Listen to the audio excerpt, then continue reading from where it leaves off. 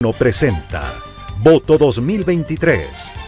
El futuro de Cuenca y el Azuay está en tus manos. Voto 2023. Un espacio para conocer a los candidatos, la discusión del interés público desde múltiples miradas. Pluralismo, diversidad, en búsqueda de la verdad y el entendimiento. Son las 7:33 abrimos nuestro espacio semanal Voto 2023, en el cual invitamos a protagonistas de estas elecciones que se realizarán el 5 de febrero del 2023. Hoy lo hacemos con la licenciada Magali Quesada. Ella fue hasta la semana anterior viceprefecta de la Azuay. Realizó estas funciones desde octubre del 2020, tras cambios obligados que se hicieron en la prefectura de la Azuay, que la había ganado Yacu Pérez en las anteriores elecciones. Magali Quesada fue alcaldesa de Nabón, militante del movimiento Pachakutik. Ahora asistirá a estas elecciones con el auspicio del movimiento Contigo, y es de hecho una de las precandidatas. Vamos a conocer ya si es que ha oficializado su candidatura a la prefectura de la Azuay. Le damos la bienvenida, licenciada Quesada, y quisiéramos conocer ante todo cómo está este tema de los trámites, pues hay ya una intensa actividad en el Consejo Nacional Electoral y en sus delegaciones cuando se va agotando el plazo para las inscripciones. ¿Han inscrito ya ustedes a los dos candidatos del movimiento Contigo, usted y Mario Castro? Muy buenos días a toda la audiencia, ingeniero, buenos días, gracias por el espacio. Efectivamente, inscribimos nosotros y registramos ya a través del sistema informático, y luego hicimos el acto simbólico en el Consejo Electoral el día sábado, conjuntamente en este acuerdo, porque es una alianza de varios movimientos. La 104 Contigo, Avanza, Listas 8, y la 3 también Social Patriótica. En el caso de la provincia, el acuerdo es Avanzamos Patrióticamente por Cuenca y el Azuay. Son 3 movimientos que están en este proceso, pero yo estoy auspiciada por el movimiento Avanza, Listas 8. Los movimientos adicionales fueron los que en el camino se incorporaron al proceso de este acuerdo político en función de justamente el plan programático y de las coincidencias que teníamos en un 60% del plan que estábamos trabajando y justamente construyendo con la ciudadanía que participó de este proceso, ¿no? Entonces, ya estamos en este momento inscritos, estamos esperando la revisión de la Junta Electoral. Ellos tienen su tiempo establecido en la normativa, y luego de eso ya se hará oficial justamente con la resolución de la Junta Electoral. Magali, muy buenos días. Sería bueno que usted nos comente un poquito su trayectoria también política. Si mal no recuerdo, usted llegó a la alcaldía de Nabón por el movimiento Pachakutik. Usted ha sido militante de Pachakutik, se ha desafiliado de Pachakutik. ¿Qué pasó con esta organización política? Buenos días, licenciada Roxana. Sí, efectivamente, yo inicié mi vida política en Pachakutik. 23 años estuve en Pachakutik. Fui concejala de Nabón por el movimiento Pachakutik por 2 ocasiones, luego estuve en la alcaldía por 2 ocasiones. El movimiento Pachakutik para mí fue justamente la base y la estructura política que nos dio el espacio inclusivo, porque en ese momento el estar las mujeres no era tan fácil, ¿no? Nos dieron el espacio para justamente en Nabón ir a la concejalía en un momento dado, y luego renovarse ese espacio con mi persona, porque estuvo también una mujer anterior a mí, era doña Amelia, y después fui yo a la alcaldía. Y en el proceso también de construcción y de preparación política a través de la Coordinadora Alternativa de Gobiernos Locales, que fue en su momento dado un organismo muy importante de las alcaldías de Pachakutik y prefecturas, donde nos formaron políticamente. Todo el proceso fue importante. Cuenca y el Azuay teníamos apenas 3 referencias como instancia importante de base de Pachakutik: Girón, Santa Isabel, Nabón, y no así en el resto, igual hace una pequeña base. Luego se desarticuló un poco Pachakutik, algunos líderes de Pachakutik fueron a la Revolución Ciudadana, nosotros nos quedamos en las bases de Pachakutik. Tuvimos muchas dificultades, hay que ser honestos en ese proceso, sobre todo económicas, pero sostuvimos desde Nabón, desde Girón, el tema del movimiento, hasta que el año anterior fuimos excluidos del tema de una votación en la elección del coordinador provincial. Siendo militantes de tanto tiempo, nos excluyeron porque efectivamente presentamos una lista paralela que en democracia se debía elegir efectivamente por las bases, por quienes estuvieron históricamente, digamos, alineados al movimiento, afiliados al movimiento, también los que efectivamente estaban ingresando de manera momentánea en este proceso. Fuimos excluidos y yo, en virtud de ese proceso, porque yo pedí en varias ocasiones ser escuchados por el dirigente nacional, Marlos Santi, yo era la vocal principal del Consejo Ejecutivo Nacional, y había expuesto las situaciones y las diferencias que estaba dándose acá en el Azuay. Yo recuerdo claramente que en esa reunión estuvo avalizada por la asambleísta Sofía Sánchez. Nosotros reclamamos esta situación a ella, le reclamamos esta situación a la subcoordinadora que estuvo presente en esta elección, Cecilia Velázquez, pero no nos escucharon. Luego de ese proceso, porque fuimos cerrados las puertas, fuimos sacados del recinto electoral, yo decidí renunciar al movimiento, salí. Yo les expuse a quienes me debí, que era en ese momento la UCI, al dirigente, al presidente, voy a retirarme. Y yo respeto mucho a las organizaciones sociales como la CONAI y el Ecuador, porque creo que son las organizaciones que históricamente han expuesto y han defendido los derechos del pueblo ecuatoriano. Pero en ese momento de ver esta situación y estas acciones que se dieron y que no hubo una respuesta nacional de buscar el diálogo y confluir en una resolución y en una agenda común para todos, salí del movimiento y me retiré en septiembre del año anterior. Yo me desafilié en septiembre del año anterior. Yo tengo un agradecimiento especial al movimiento. Hay gente que todavía nos respalda. Hay grupos también del movimiento que están llamándonos, conversando con nosotros, porque no nos hemos desarticulado de algunas organizaciones que hemos estado escuchándoles pendientes y también visibilizando algunos temas que nos han pedido que lo hagamos. Entonces, esa fue la situación que se vivió en el movimiento, porque efectivamente nosotros hemos estado ahí permanentemente en algunas situaciones muy complicadas también, cuando recuerdo yo que se nos, a un grupo en Nabón, que había el grupo de colonos y los comuneros defendiendo el territorio comunal, hubieron 80 juicios en la fiscalía, estuvimos en esos procesos bastante complejos. Y ahí hubo una respuesta, por ejemplo, a las organizaciones de la CONAI, del Ecuarunari, pero en este momento no se abrió el espacio para debatir profundamente y reorganizar el movimiento, que era lo correcto también, pero se necesitaba escuchar a todas las partes.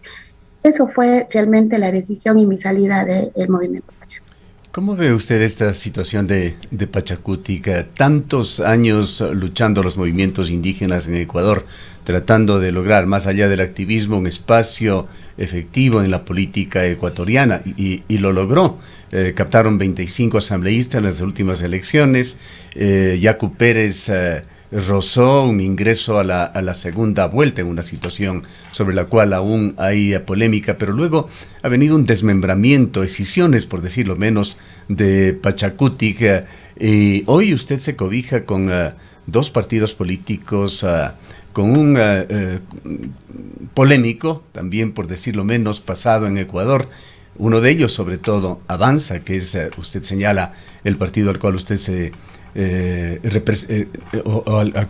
cual usted se ha acogido y que está afiliada, entendemos, el partido Avanza. No. Ya, es el partido que le apoya, en todo caso, ya nos va a explicar.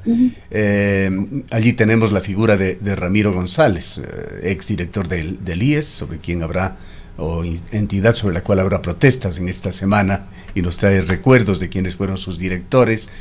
Prófugo, dicho sea de paso, en Lima hasta el momento, y el otro partido, Lucio Gutiérrez, ambos movimientos muy alejados de lo que fue esa línea de Pachacuti.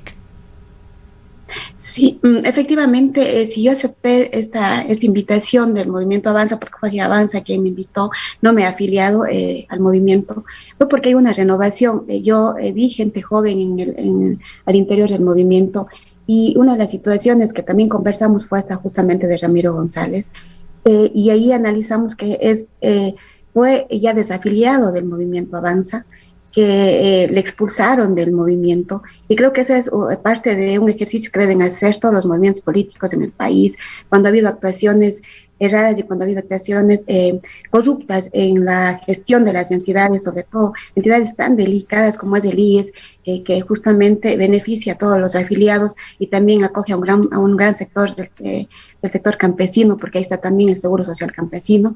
Y ahí hemos conversado con ellos y hemos definido justamente estos temas que para ellos esta persona no es grata al interior del movimiento, le han expulsado, y yo he conversado con ellos y creemos y hemos planteado algunas acciones en este sentido. Una de las cosas que también se analizó es que a veces las personas, no todos pueden ser responsables por el acto de un individuo, ¿no?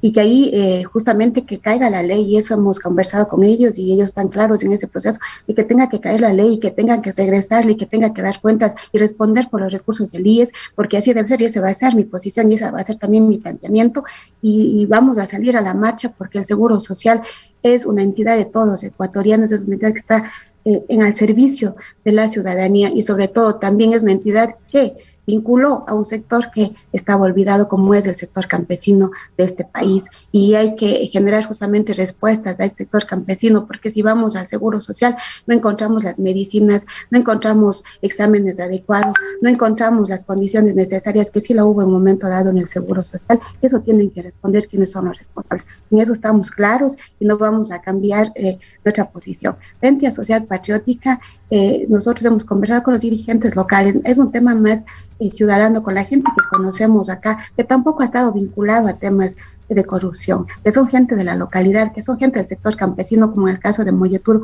de quienes se acercaron y que tienen justamente una posición de trabajar por el territorio. Los actos que han cometido las autoridades en su momento dado o los delegados institucionales de los movimientos, pues tienen que responder, así como lo hice yo en Pachacuti al interior cuando se eligieron los asambleístas nacionales. Yo les planteé como miembro del Consejo Político que tiene que ser elegidos de la base y que la base tiene que someterse y que tiene que votar por esas designaciones, que lo que están llenando era cuadros, pero que no necesariamente esos cuadros van a responder a los intereses y a los principios del movimiento, y no me equivoqué. Justamente ahora tenemos esa respuesta en la Asamblea Nacional, no muy clara, no muy concreta y con algunas situaciones de desventaja para el movimiento. Ideológicamente, ¿qué es lo que se podría esperar de su futura administración? ¿Y cómo se va a plasmar esta ideología en políticas institucionales de la Corporación Provincial? Nosotros hemos hablado claramente que para nosotros son 4 ejes importantes. El tema ambiental es un tema prioritario, está planteado en el plan de trabajo, el tema de defensa de los páramos, el de establecer corredores ambientales para cuidar justamente las reservas de agua, las zonas de recarga hídrica. Vamos a generar una escuela del páramo donde podamos todos participar, pero también se pueda justamente incluir los jóvenes para que en este proceso del corredor, de los corredores ambientales puedan justamente defenderse y tener una posición que el agua que está en el Azuay, que el agua que está en las alturas se debe proteger y cuidar. Ese es un tema, por ejemplo, ideológico, es un tema también de vida, y nosotros ante eso no vamos a aliviar ni dejar sin efecto esa acción dentro del plan de trabajo, y eso están claros también los que estuvieron en la alianza porque firmaron justamente esa certificación del acuerdo para poder defender este plan de trabajo. También el tema de la inclusión. La inclusión para nosotros es un tema fuerte e importante del sector rural y de los sectores marginales de las áreas urbanas. Necesitamos nosotros incluir con políticas públicas en el tema del desarrollo económico. Queremos definir que el 50% del presupuesto en el primer año se vaya a vialidad. La vialidad conecta económicamente al territorio. La vialidad genera también economía a través de los proyectos productivos. Queremos descentralizar la gestión de la prefectura de la Azuay. No puede estar las oficinas centralizadas en la ciudad cuando se dedica al tema rural y al tema del sector campesino, en el tema, digamos, de la periferia de las áreas urbanas, y ahí necesitamos descentralizar con oficinas en territorio. Queremos plantear 3 oficinas en las cuencas hidrográficas para atender en la asistencia técnica, pero también en la investigación y para también justamente dar las opciones y los apoyos al sector campesino para el tema productivo. De igual manera, queremos nosotros generar unas oficinas integrales en el tema de las cuencas hidrográficas para el tema de la atención a grupos de atención prioritaria.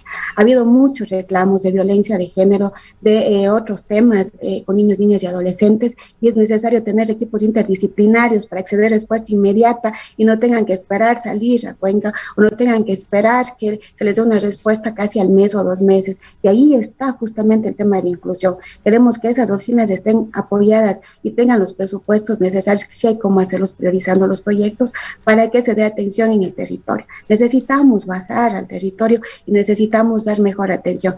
En el tema vial vamos a generar 3 campamentos para que estén los campamentos permanentemente en las zonas y puedan dar respuesta inmediata al tema vial y cambiar los horarios también, porque necesitamos incidir con mayor fuerza en el tema de verano, porque en invierno no es posible. En el invierno la maquinaria se paraliza, el tema de mantenimiento vial también queda paralizado, y en verano hay que aprovechar el tiempo para poder generar mejores coberturas. Ahí planteamos una alianza público-privado en el tema de consorciarnos entre los municipios, juntas parroquiales y privados, y a la empresa de asfaltar queremos convertirla en una empresa B, sobre todo porque el tema ambiental es el tema que tiene que primar en todas las acciones de la prefectura, y ese tema ambiental vender a la cooperación internacional, porque es necesario conseguir recursos desde la cooperación. Magali, el tema de la viceprefectura es un problema recurrente. Recordamos lo que pasó con David Acurio y Paul Carrasco, con María Cecilia Alvarado y Paul Carrasco, y con usted mismo en la actual administración de la socióloga Cecilia Méndez. ¿Qué mirada tiene usted? Al parecer ha habido permanentemente conflictos con esta instancia de la prefectura de el Azuay, que en un momento llega a convertirse en un espacio prácticamente inútil porque no tiene competencias, no se le otorga en su momento las competencias, o las pocas que tiene se las retira por situaciones prácticamente de orden político. ¿Cuál es la visión suya respecto de la viceprefectura?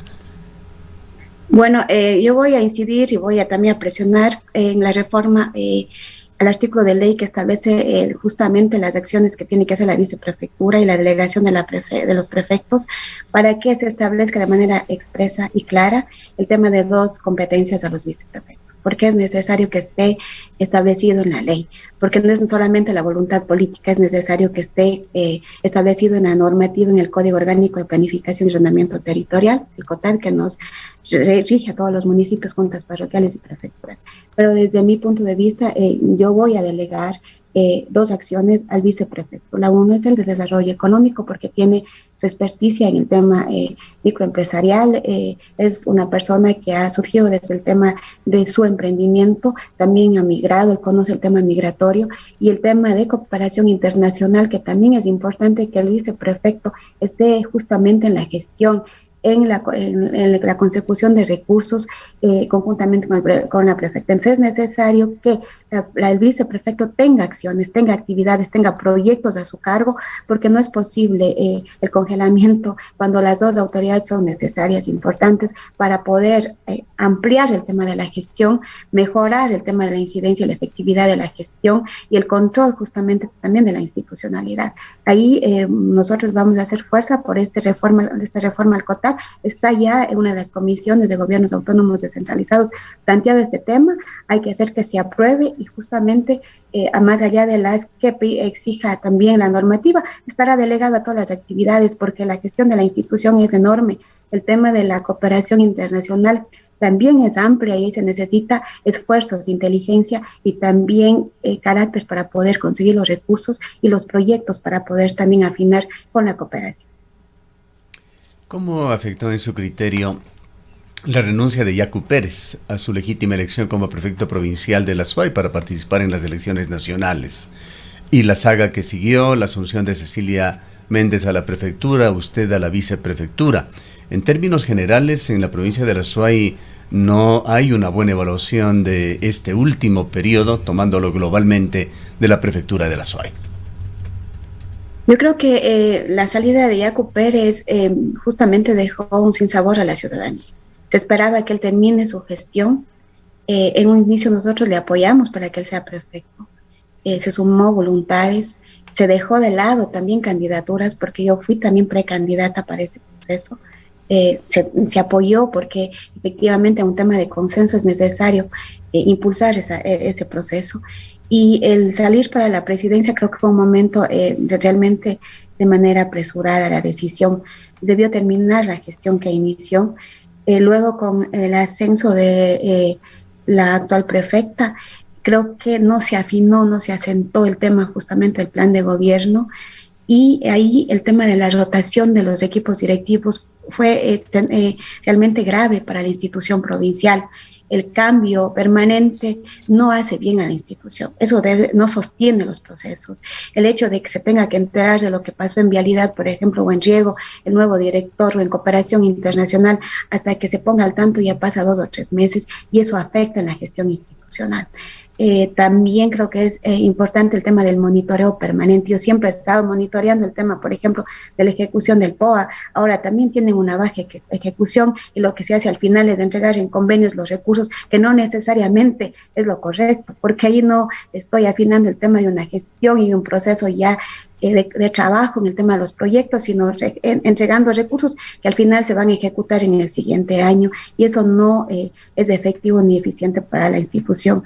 Yo pienso que dejo sí un sinsabor, y eso yo siempre lo he planteado y he sido franca con la ciudadanía. Si la gestión, el tema de la fiscalización lo hice, fue justamente para que se acelere el proceso, para que se evidencie dónde están las debilidades, porque no tenía otra posibilidad. Se me cerró todo, se me bloqueó todo. La única delegación, la 001, que firmó la prefecta después de quitarme el encargo de la Dirección de Participación Ciudadana, fue la de coordinar el tema de seguridad ciudadana. Le presenté una propuesta para construir el Plan Provincial de Seguridad Ciudadana, que se me negó, porque hoy vemos que es tan importante el tema de seguridad. Entonces, ahí yo creo que justamente faltó el tema de esta articulación, de dejar una institución sin tener un diálogo, sin tener un anclaje, porque ahí podrían haber cooperado los equipos institucionales, los equipos técnicos, y no haberse cambiado totalmente, porque eso afecta, en cualquier lado afecta el tema del rendimiento y la gestión en la institución. Y el tema también de la experiencia es importante en la gestión pública, porque ya se arranca con un proceso, ya se sabe cómo monitorear justamente la ejecución de la planificación operativa anual, ya se sabe cómo monitorear, ya se tiene un dispositivo para poder implementar en el proceso, y con los equipos directivos se tiene que generar justamente una articulación una sinergia bastante perfecta, porque si no, no se avanza con la gestión, y lo que hace es afectar a la ciudadanía justamente en las respuestas a las necesidades que tiene la provincia de la Azuay. En lo que se refiere a vialidad, usted señala que quisiera invertir el 50% del presupuesto. Quisiéramos partir de un dato para no partir de cifras equivocadas. Le ruego me confirme si el presupuesto del gobierno provincial de la Azuay está en el orden de los 32 millones de dólares. Si no nos da la cifra, esto significaría que si es que es cierta esta cifra, que unos 16 millones se destinarían a vialidad. Pero la provincia de la Azuay tiene como vías secundarias y de tercer orden aproximadamente 5.000 kilómetros de vías. Antes se manejaba una cifra más baja, hoy es de 5.000, de los cuales reiteradamente las propias autoridades de la administración, de la cual usted fue parte hasta la semana pasada, hablaba de que no alcanzan para mantener ni siquiera 1.000 kilómetros. ¿Cómo va a mejorar ese presupuesto? Partamos de la cifra real. ¿Cuál es el presupuesto de la prefectura actual? Bueno, el presupuesto que está en la Proforma es 68 millones. De los 68 millones, 15 millones está como presupuesto complementario, que significa financiamiento, créditos en este momento que están gestionando ante el BEDE, Banco de Desarrollo del Ecuador. Y efectivamente, en transferencias del gobierno central del Ecuador son 35 millones, 32 millones, pero este año por el tema de la subida del petróleo ha subido a 35 millones. De esos 35 millones, otros 15 millones queremos colocar en el tema en el tema vial, porque además hay otros gastos operativos que también lo podemos hacer por administración directa, y que se puede justamente mejorar el rendimiento a través de estos cronogramas y estos campamentos que lo queremos hacer en territorio. Tenemos el tema, por ejemplo, de las minas, tenemos los equipos camineros, tenemos el tema de la empresa Asfaltar, que está trabajando con equipos del gobierno provincial de la Azuay. Nosotros canalizamos los 15 millones y buscamos recursos con el tema de lados privados, así sea la banca privada o empresas privadas, para el tema de avanzar, por lo menos con el cambio de la matriz productiva, en los sectores más prioritarios y urgentes que tiene la provincia de Azuay, pues vamos a avanzar. Está hablando usted de concesión de vías. Sí, concesión de vías en donde sea realmente requiriente y donde sean sostenibles, pero primero mejorándolas antes de concesionarlas, porque si les concesionamos antes sin mejorar, obviamente va a haber una respuesta negativa de la ciudadanía. También tenemos que mirar el tema de asfaltar en su intervención y en su accionar, porque muchos de los GATS califican de que efectivamente la empresa es importante, pero la empresa está haciendo actividades en otras provincias, generando como una empresa, digamos, privada y no como una empresa que aporte al gobierno provincial. Ahí queremos consorciar a los GATS parroquiales y municipales para que aporten con recursos, porque también los municipios tienen recursos importantes en sus arcas municipales y ellos pueden ser parte de este proceso de consorciarnos y mejorar esos 15 millones a más y poder ampliar la cobertura de mantenimiento vial. Pero también queremos hacer la gestión ante el gobierno central para que se otorgue un recurso adicional por el tema de la emergencia vial que tenemos y justamente a la empresa asfaltar, generar una calificación B, cambiar sus estatutos para poder conseguir fondos de cooperación. Si dejamos 15 millones, es más fácil vincular a fondos de cooperación internacional para mejorar el tema vial, pero también sabiendo que tenemos proyectos en el tema ambiental, que es lo que le interesa a la cooperación internacional, el tener empresas con calificación más amplia en el tema ambiental, eso nos significa también posicionarnos en el mercado internacional y dar cuenta de que sí podemos nosotros ser empresas sostenibles, cuidando el medio ambiente y poder también generar recursos para que vengan al gobierno provincial de la Azuay para impulsar el tema vial y mejorar justamente y cambiar la matriz vial de la provincia de la Azuay. No va a ser todo de una porque es un proceso. Realmente es imposible con toda la vialidad que tiene la Azuay, son 6.000 kilómetros de vías y muchas de ellas son vías internas que están justamente vinculadas al tema de procesos productivos, otras vías son de conexión interparroquial y las otras de conexión intercantonal. Por lo menos queremos mejorar esa matriz productiva en el tema interparroquial e intercantonal y las vías comunitarias tenerles en mejores condiciones. Ahí queremos cambiar el sistema de el tema del lastre y generar una amalgama que dure más en el tema de invierno, el tema del lastrado, porque ahora lo que se hace es un lastrado que dura pocos meses y a poco tiempo ya están las vías deterioradas. Queremos también impulsar el tema de los mantenimientos de cunetas que sean permanentes, porque eso es lo que afecta también las vías, y ahí, por ejemplo, es maquinarias pequeñas, equipos pequeños que pueden dar sostenimiento a las vías rurales de la Pero provincia. nuevamente surge el tema financiero aquí. ¿Cómo lo va a lograr? 15 millones de dólares para los 5.000 kilómetros, 6.000 kilómetros, acaba de decir usted, son menos de 3.000 dólares por kilómetro. ¿Qué se puede hacer con eso? Sabiendo, además tomando lo que usted dice que se piensa mejorar, imaginamos que a un tratamiento bituminoso o algo por el estilo, las vías, ¿cómo va a alcanzar ese dinero?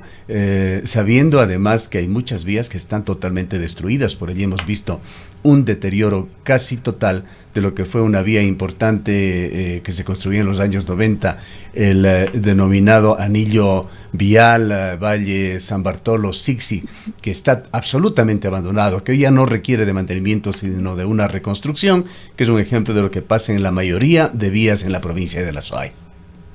Sí, se ha dejado deteriorar efectivamente las vías de la Azuay, pero hay recursos, licenciado, que a veces no se ejecutan en el gobierno provincial de la Azuay, que quedan hasta el final para ejecutarlo. Y necesitamos articular esos recursos, por ejemplo, de presupuestación participativa y plantear que en este momento, que es importante y urgente el tema vial, se canalicen al tema vial.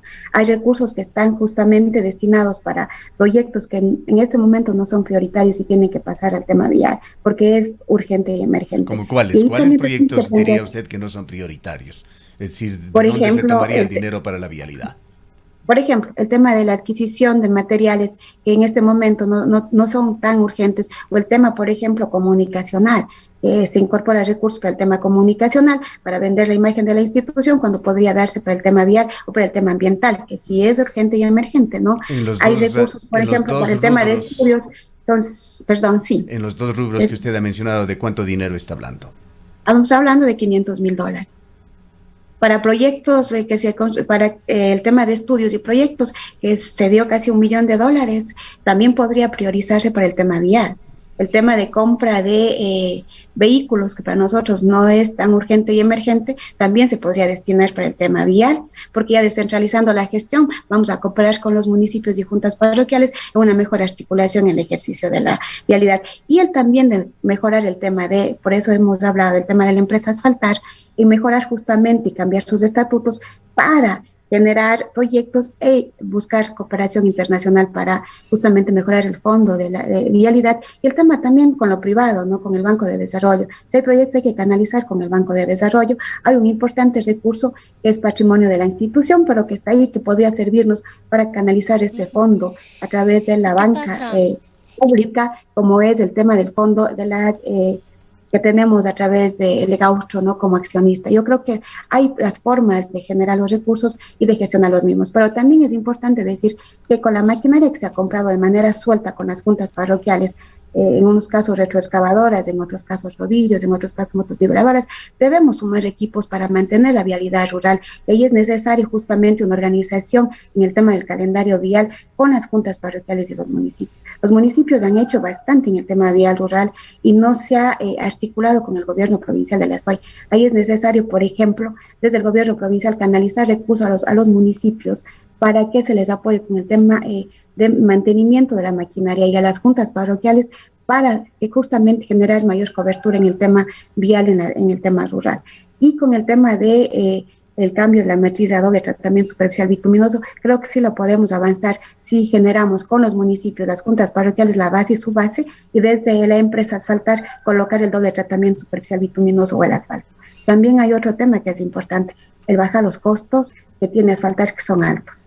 Los costos de asfaltar en el tema del kilómetro de asfalto es altísimo frente a otros referentes nacionales, y también el tema de por administración directa mejorar justamente la capacidad técnica y operativa del gobierno provincial para justamente trabajar en el tema de base y subbase, y para que la empresa Asfaltar genere solamente la capa asfáltica, que es lo que se debe hacer con mayor fluidez en este momento, que no se lo ha hecho, obviamente establece los rendimientos en el tema ya técnico. Ahora, Magali, ¿qué pasa con las otras empresas públicas de la prefectura de la SOAY, que en su momento, sobre todo la de turismo, recibió varios cuestionamientos? Se llegó a decir que la empresa AgroSOAY estaba a punto de quebrar. ¿Cuál es la situación en este momento y cuál es la propuesta? ¿Fortalecerlas, desaparecerlas? ¿Qué hacer? Bueno, la empresa AgroSOAY es una de las empresas importantes. Yo creo que es una empresa que está vinculada al tema del desarrollo productivo del sector rural. No vamos a plantear que desaparezca AgroSOAY, más bien fortalecer a la empresa. Efectivamente, ha estado vinculada justamente al tema del sostenimiento económico del gobierno provincial de la SOAY. Es quien ha otorgado los recursos para que los proyectos puedan fluir, pero también ahí es necesario justamente vincular en el tema de mejorar el tema de la comercialización del campo, justamente de los sectores productivos hacia la ciudad, hacia la región, porque es necesario también posicionarnos en el tema regional con el tema de nuestros productos, y la empresa tiene que justamente cambiar su lógica hacia el tema de para la cual fue creada. La empresa está creada para el tema de potenciar el tema comercial del sector productivo de la provincia de la SOAY. Y ahí necesitamos nosotros generar y cambiar el modelo de gestión de la empresa AgroSOAY. Si bien es cierto, yo creo que es un tema importante que esté ahí, que esté planteada y que esté subsidiada por el gobierno provincial de la SOAY, porque eso es un tema de compensación al sector agrario, al sector campesino de la provincia de la SOAY. El tener AgroSOAY para que se vincule al tema campesino es un tema de compensación, pero no puede estar solamente en Cuenca. Por eso es que nosotros necesitamos descentralizar la gestión de AgroSOAY hacia los territorios, porque se necesita asistencia técnica en territorio, se necesita plantear qué productos son los que mejor se comercializan, se necesita tener un inventario productivo por lo menos cada 2 años para saber qué es lo que colocamos en el mercado y cómo competir en el mercado. Y ahí necesitamos que Asfaltar se vuelva más operativa y más de apoyo en el territorio, y no generar, por ejemplo, solo una concentración aquí de AgroSOAY en la ciudad de Cuenca. AgroSOAY es vital para la vida de la provincia de la Azuay. Ahí está el sector campesino asistido por Agroazuay. Ahí está el tema productivo, está el tema de comercialización. Se han hecho algunas acciones en el tema de comercialización, eso no se puede desconocer, pero se necesita ampliar justamente estas redes de comercialización hacia, por ejemplo, nosotros miramos que el tema de la economía popular y solidaria hay que impulsar, hay que fortalecer, y esa es una lógica que tiene que trabajar Agroazuay. Al hablarnos sobre su plan de trabajo, usted ha señalado que el primero y principal eje será el medioambiental, que lo tienen además ya estructurado en su plan de trabajo. Quisiera preguntarle cuáles son las competencias que debería tener y ejercerlas el gobierno provincial de la Azuay, y también que evalúe qué es lo que han hecho las actuales autoridades, alcaldía, prefectura, representantes de la Azuay en materia medioambiental. Acabamos de atestiguar otra derrota prácticamente en estos últimos días, cuando están en marcha las mesas de diálogo producto del paro nacional, en las que se abrieron esperanzas con respecto al tratamiento del decreto 151 prominero. Se saltó por encima a la provincia de la Azuay. Azuay no logró articular con las mesas de diálogo, más allá del esfuerzo que realizaron, más bien sectores ciudadanos como Ollas Unidos o el Cabildo por el Agua, que lo intentaron. Se logró una moratoria a las actividades mineras e hidrocarburíferas en varias partes del país, pero por lo menos Loma Larga y Quimsacocha son proyectos que para el gobierno siguen boyantes. Bueno, ahí nosotros apoyaríamos las iniciativas ciudadanas, pero desde la prefectura también impulsaremos el tema justamente de defender y posicionar el tema de el cuidado ambiental en estas zonas que usted ya las mencionó, pero también en otras de la provincia de la Azuay. Loma Larga y Quimsacocha son vitales para la vida y el sostenimiento de la provincia, de la ciudad de Cuenca, pero también hay otros sectores, como en el caso del Sixi, como en el caso de Nabón, como en el caso de Jima, donde también están ya entrando la intervención minera, y queremos hacer ahí una red. Hay varios colectivos que están trabajando y luchando por la defensa justamente de los páramos y el respeto al tema de las zonas de recarga hídrica, y hay que plantear al gobierno otras opciones y otras posibilidades, pero también nosotros desde el gobierno provincial tenemos que defender jurídicamente y queremos generar ahí una propuesta de ordenanza provincial para defender las zonas de páramo, las zonas de recarga hídrica, porque independientemente de lo que diga el gobierno, ahí está la vida de la provincia,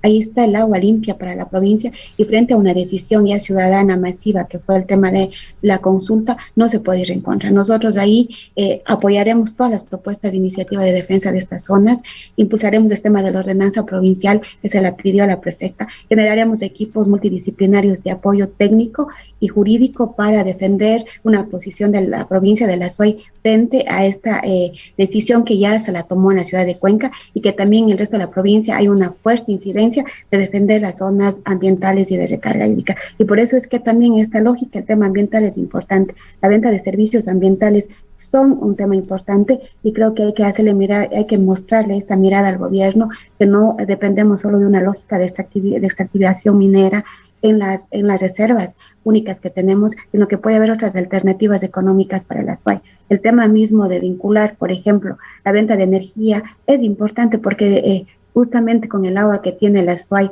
están los mayores ingresos por el tema energético para el país, y ahí hay que tener un respeto a nuestra provincia. Yo creo que ahí queremos generar nosotros un proceso de liderazgo colectivo, no adueñarnos de la lucha para nada, sino respetar esos liderazgos colectivos que están y sostener estos desde la institucionalidad, porque es importante también que la institución se visibilice, incida en estas decisiones y pueda posicionar también un discurso a nivel nacional e internacional de defensa de las zonas de recarga hídrica y del agua de la ciudad y de la provincia.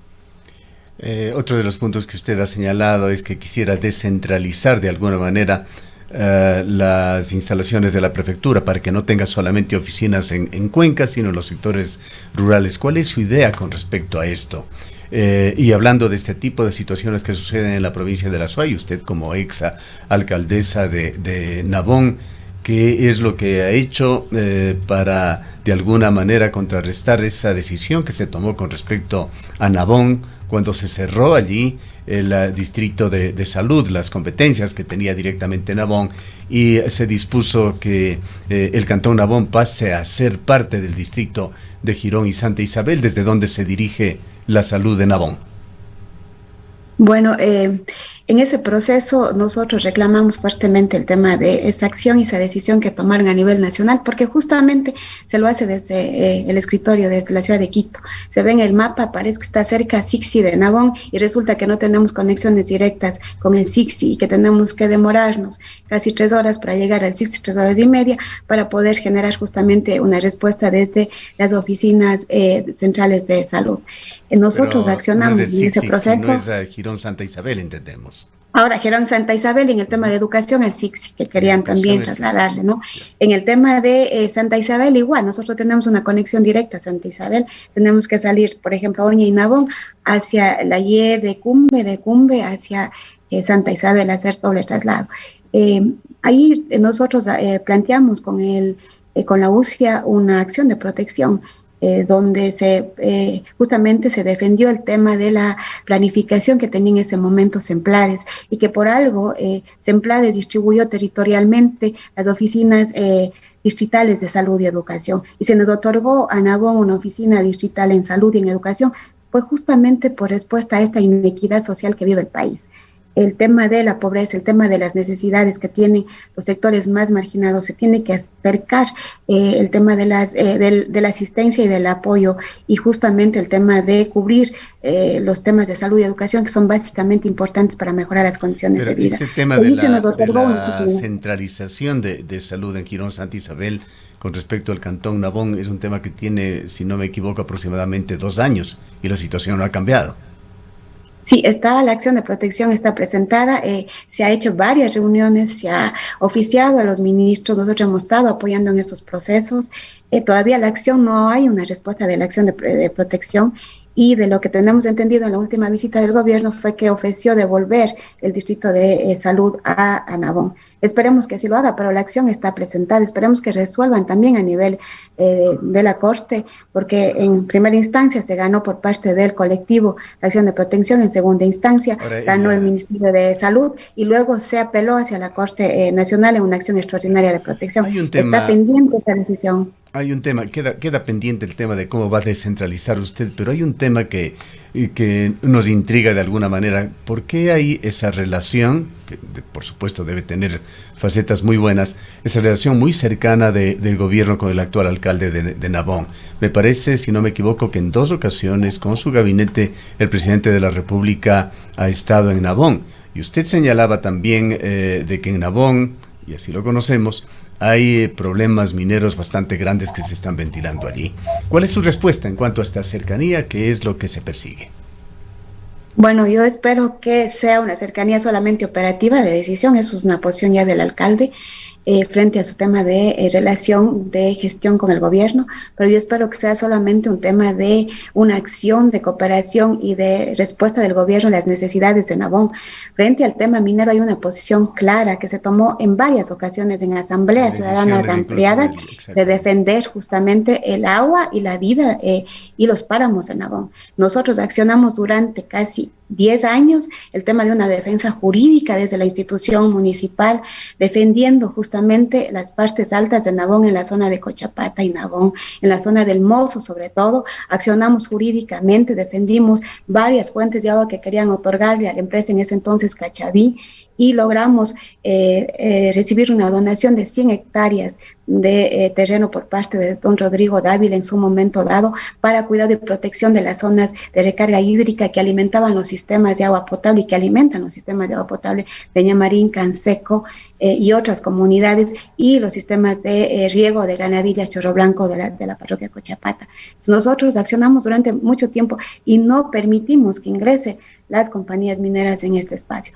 Esperemos que esto no sea una entrega las reuniones que ha tenido y las visitas que ha tenido el gobierno central, el presidente de la República, Nabón, no sea una entrega de las zonas de páramo y las zonas de recarga hídrica de Nabón a las empresas mineras, porque donde está concesionado justamente para el tema y la acción minera es donde están las fuentes de agua más importantes de Nabón, y de ahí justamente está la cordillera que va hacia Morona, Santiago, y de ahí se conecta con Jima, y justamente es un cordón importante de una zona ambientalmente, digamos, única, que tiene el Cantón Nabón y que tiene también las provincias de Morona, Santiago y Zamora.